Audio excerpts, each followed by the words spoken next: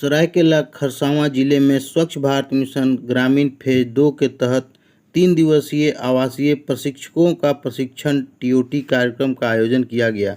इस प्रशिक्षण कार्यक्रम में जिले के सभी पंचायतों से एक जल सहियाओं को मास्टर ट्रेनर के रूप में प्रशिक्षित किया गया। यह प्रशिक्षण कार्यक्रम 2 बैचों में पूर्ण किया गया, जिसमें प्रथम बैच दिनांक 26 मई 2023 से 28 मई 2023 में प्रखंड चांडिल, नीमडी, कुकड़ू, ईचागढ़ एवं खरसावां प्रखंड एवं द्वितीय बैच में जिले के गम्हरिया, राजनगर, सरायकेला एवं कुचाई प्रखंड के सभी पंचायतों से एक जल सहियाओं का प्रशिक्षण कार्य कराया गया। इस प्रशिक्षण कार्यक्रम में मुख्य रूप से स्वच्छ भारत मिशन चरण 2 के तहत सभी आयामों यथा खुले में शौच मुक्त की स्थायित्वता, ठोस एवं तरल कचरा प्रबंधन, सिंगल यूज प्लास्टिक प्रबंधन, माहवारी सुरक्षा प्रबंधन, गोवर्धन एवं मलीय कचरा प्रबंधन पर विशेष जानकारी देने के साथ साथ जल जीवन मिशन के तहत ग्राम स्तर पर निर्माण होने वाले जलापूर्ति योजनाओं के रखरखाव, परिचालन, मरम्मति, संपोषण एवं जलकर वसूली से संबंधित जानकारी दी गई। प्रशिक्षण में के आज तीसरे दिन सभी प्रतिभागियों को सरायकेला प्रखंड के ईटाकुदर पंचायत के बहुग्रामीण जलापूर्ति योजना के विभिन्न अवयवों का भ्रमण कराते हुए उन्हें जलापूर्ति योजना के कार्य प्रणाली की जानकारी दी गई।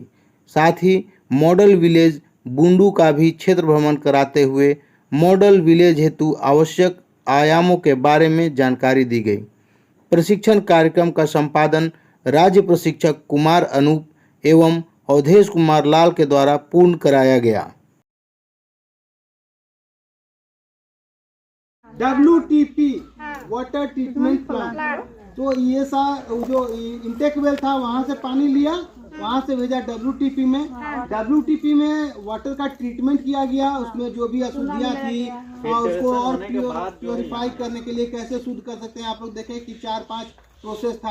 सबसे पहले वाटर फाउंटेन लगा था, उसके बाद फिर आया तो उसमें एलम फिटरी डलाया, उसके बाद फिर वो गया घुमाने वाला था, गंदगी शांत होकर नीचे बैठ जाए, फिल्ट्रेशन बेड था, वहाँ से पानी साफ होकर निकला, उसमें क्लोरीन डलाया। उसके बाद वो साफ होकर टंकी में गया, नीचे में गोला वाला जो टंकी दिखाए थे वहाँ, और वहाँ से फिर पानी आया इसमें, ठीक है, ये होता है ESR। और यहाँ के बाद जो पानी छूटता है, देखिए वो उसको बोलते हैं स्लुइस वाल्व, ठीक है, वो काम है पानी खोलने के लिए।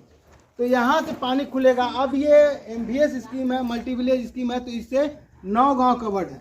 तो कौन गांव में पहले का पानी जाएगा, कौन में बाद में जाएगा, या किस टाइम में जाएगा, ये सब गाँव वाला जो है वो एक मीटिंग करके शेड्यूल करके अपना टाइम निर्धारित करेंगे।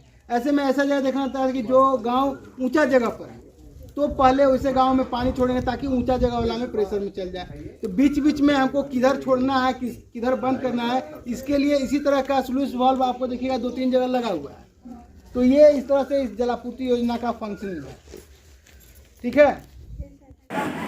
जैसे जैविक कचरा का प्रबंधन, जैसे तो कागज का टुकड़ा का निपटान, जो कागज का टुकड़ा जैसे फेंकते हैं उसको हम लोग एक जगह जैसे नाले बनाकर अगर कोई मतलब डस्टबिन में भी रख सकते हैं, इसमें भी इसका निपटान हो सकता है। और मान लीजिए अगर कोई ज्यादा कचरा हुआ उसको एक महीने तक एक जगह जमा करके भी इसका निपटान हम लोग कर सकते हैं। अंदर है कचरा 2 प्रकार के होते हैं, जैविक कचरा और अजैविक कचरा। हम लोग यहाँ सरायकेला डिस्ट्रिक्ट के सरायकेला ब्लॉक के ईटाकुदर ग्राम पंचायत में आए हैं, जहाँ की यह बहु ग्राम का जलापूर्ति योजना है। और ये नदी का नाम है संजय नदी। संजय नदी है, नाम सुनेगा आप? जी सर। जानते भी हैं जी। तो ये जो संजय नदी से जो पानी उठता है और ये जो बहुग्राम जलापूर्ति योजना के तहत जो पानी का संचालन होता है, तो यहाँ ये पहला स्टेज में हम लोग जहाँ खड़ा है इसको कहते हैं इंटेक वेल। क्या कहते हैं? Intake well. इंटेक वेल का मतलब होता है, वेल मतलब कुआं, और वही इस नदी में कुआं बनाया गया है। ये कुआं है, ये क्या है जहां पर हम लोग खड़े हैं? कुआं है। वो नदी का पानी का स्रोत इसमें आ रहा है, ठीक है। और इस कुआं में पानी भर रहा है और इन 2 मोटरों के जरिए यहां से पानी को उठाकर और वो जो आप देख रहे हैं ट्रीटमेंट प्लांट वहां पीछे, तो ये पानी को ट्रीटमेंट प्लांट में भेजा जाता है। इससे क्या होगा कि नदी का तो जैसा भी पानी है तो उसको तो डायरेक्ट कोई पानी पी नहीं लेगा, तो इसको तो शुद्ध करना होगा। शुद्ध करने की जो प्रक्रिया है इस जल आपूर्ति योजना के अंतर्गत, इसमें 9 गांव में पानी जाता है, ठीक है। ये जो शुद्ध करने की उसमें जो प्रक्रिया है, तो उसमें जैसा कल भी हम लोग चर्चा कर रहे थे कि ब्लीचिंग पाउडर, चूना, फिटकेरी, ये सब कुछ डाला जाता है। और ये 2 मोटर जो यहाँ पर लगा हुआ है, ये बारी से चलता है।